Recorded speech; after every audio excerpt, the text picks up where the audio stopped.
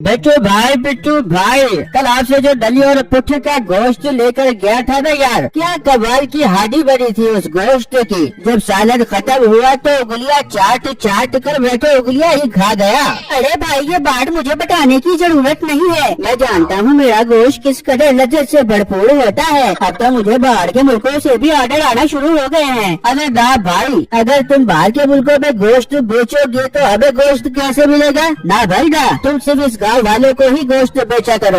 अरे भाई आप परेशान मत हो, अगर मैं बाहर के मुल्कों में गोश्त बेचूंगा तो फिक्र मत करो, आपको गोश्त फिर भी मिलेगा। You don't take tension anymore. ठीक है बिट्टू भाई, आप जल्दी से दली और पुट्ठ का 2 किलो गोश्त दे दो।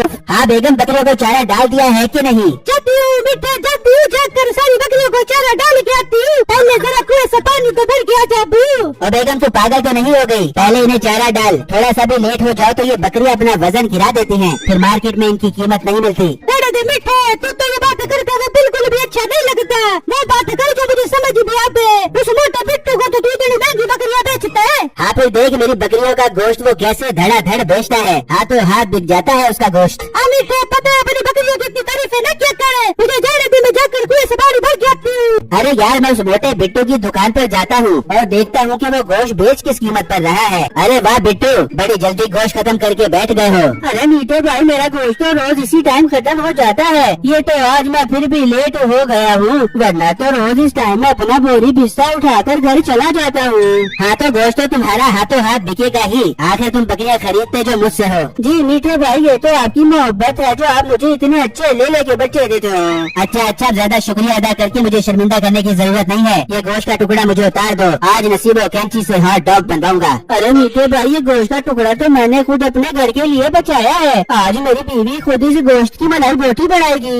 बेटो मेरा इस गोश्त के टुकड़े पर दिल आ गया है, मेरा वीर इसे पैक कर दो। मीठे भाई मैं कह रहा हूँ ना, मैंने ये गोश्त का टुकड़ा अपने घर लेकर जाना है। बिट्टू आ गए हो आप गोश्त का टुकड़ा लेकर? हाँ बेगम आप फरमाइश करो, और मैं गोश्त ना लेकर आऊँ ऐसा कैसे हो सकता है? ठीक है बिट्टू किचन में चलो, आज हम दोनों मिलकर गोश्त बनाते हैं। अरे बिट्टू ये आपने क्या किया, आपको इसे गोश्त दे देना चाहिए था, अगर कल को उसने आपको बकरियां देने से इनकार कर दिया तो फिर आप क्या करेंगे? अरे बेगम मैंने कोई कच्ची गोलियां नहीं खेली, इस गांव में सबसे ज्यादा मैं बकरियां खरीदता हूँ उससे, अगर वो मुझे नहीं बेचेगा तो बहुत नुकसान उठाएगा।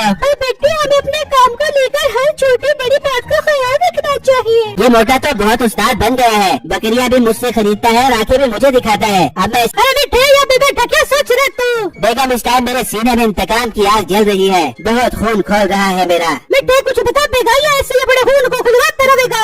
मिठे मैंने तो तुझे कितनी बार कहा है दूसरों का फायदा करने की बजाय अपना फायदा करे, अपने मटन की दुकान खोल ले, बकरा बेचने से ज्यादा बकरे का गोश्त बेचने में फायदा है। अरे बेगम आइडिया तो तेरा अच्छा है, मैं भी कुछ दिनों तक अपनी दुकान ही खोल लेता हूँ और इस मोटे को तो मैं एक बकरी भी नहीं बेचूंगा, फिर देखिए कैसा भूखा मरेगा। मिठे पहले तो तू उस बिट्टू से गोश्त मोश्त काटना रेट वगैरह सीख ले, फिर उसकी दुकान के सामने अपनी दुकान लगा दियो। अरे वाह बेगम आई लव यू, मैं ऐसा ही करता हूँ।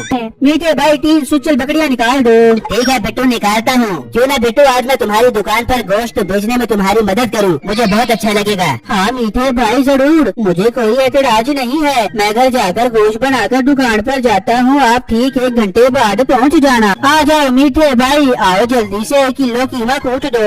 बिट्टू भाई क्या रुपए किलो गोश्त दे रहे हो? भाई जान 2000 रुपए किलो गोश्त दे रहा हूँ, कितना गोश्त लेना है आपने? 2 किलो गोश्त दे दो। अच्छा भाई अभी देता हूँ। मीठे भाई जल्दी से रान और पुट का दो। ये तो बहुत सियाना है, मुझसे 1000 रुपए किलो के हिसाब से गोश्त खरीदता है और खुद 2000 रुपए के हिसाब से बेचता है, ये तो मेरे से भी ज्यादा मुनाफा कमा रहा है। बिट्टू भाई मेरी बेटी की शादी है कल, तो 20 बकरों का गोश्त तैयार रखना, मैंने सोचा आज तुझे याद करवाता जाऊँ, कल तो हो ना जाए ना यार कहीं। हाँ भाई आप बेफिक्र हो जाए, आपको 20 बकरों का गोश्त मिल जाएगा। आप कौन है अंकल? बेटा मैं बकरियों का व्यापारी हूँ, इस गांव में मैंने बकरियों का फार्म बनाया है, मैंने सुना है आपका शौहर बकरियों के गोश्त का काम करता है। जी अंकल वो बकरियों का गोश्त ही बेचता है। बेटा मैं तुम्हें अपने फार्म का पता देता हूँ, तुम अपने शौहर को भेज देना, तुम्हें बकरियों की बहुत अच्छी कीमत दूंगा, इस तरह तुम्हारा काम भी हो जाएगा और मेरा भी। ठीक है अंकल आप मुझे अपना एड्रेस दे दे, मैं अपने शौहर को भेज दूंगी। मीठे भाई जरा जल्दी हाथ चलाओ, क्या कर रहे हो? और मोटे मजे, जरा तमीज से बात कर। तू क्या समझ रहा था कि मैं तेरी मदद करने आया हूँ? नहीं, मैं तो यहाँ पर गोश्त की कटाई और कीमत समझने आया था। अब मैं कल से यहाँ तेरी दुकान के सामने अपनी दुकान खोलूंगा और तुम उसे बकरी खरीद देना ही। मीठे भाई ऐसा मत करो, अगर आप मुझे माल नहीं दोगे तो मैं बकरियाँ कहाँ से लाऊंगा? तो मेरा भी कहीं से माल ला भी नहीं सकता, क्योंकि मेरे अलावा इस गाँव में कोई बकरियों की सप्लाई करने वाला नहीं है। चल शाबाश, अब भूखा मर, कल मैं तेरी दुकान के सामने अपनी दुकान लगाऊंगा। बिट्टू आप परेशान क्यों होते हैं? बेगम परेशान न हूँ तो क्या करूँ, अब मैं बकरियाँ कहाँ से लाऊंगा? मीठे ने तो अब मुझे बकरियाँ नहीं देनी। बिट्टू आपको बकरियों का गोश्त मिलेगा और इसी गाँव से मिलेगा। जी अंकल, आप कल मेरे घर आए थे मेरी बीवी से बकरियों की बात करने। हाँ बेटा, मैं ही आया था, मैं तुम्हारे साथ बकरियों की खरीद फरोख्त करना चाहता हूँ। जी अंकल जरूर, मैं राजी हूँ आपके साथ काम करने के लिए। मैं तो वहाँ से 1000 रुपए गोश्त के हिसाब से बकरियाँ खरीदता था। मैं तुम्हें 800 रुपए किलो के हिसाब से दूंगा। ठीक है बाबा जी, मुझे सौदा मंजूर है। इतनी सारी बकरी काट के काले की जरूरत है। और बेगम आज बहुत बड़ा ऑर्डर है, 20 बकरों का। आज देखी पहले दिन कितना बड़ा मुनाफा कमा के आता हूँ। हाँ मिठे, खुद पैसा कमा क्या?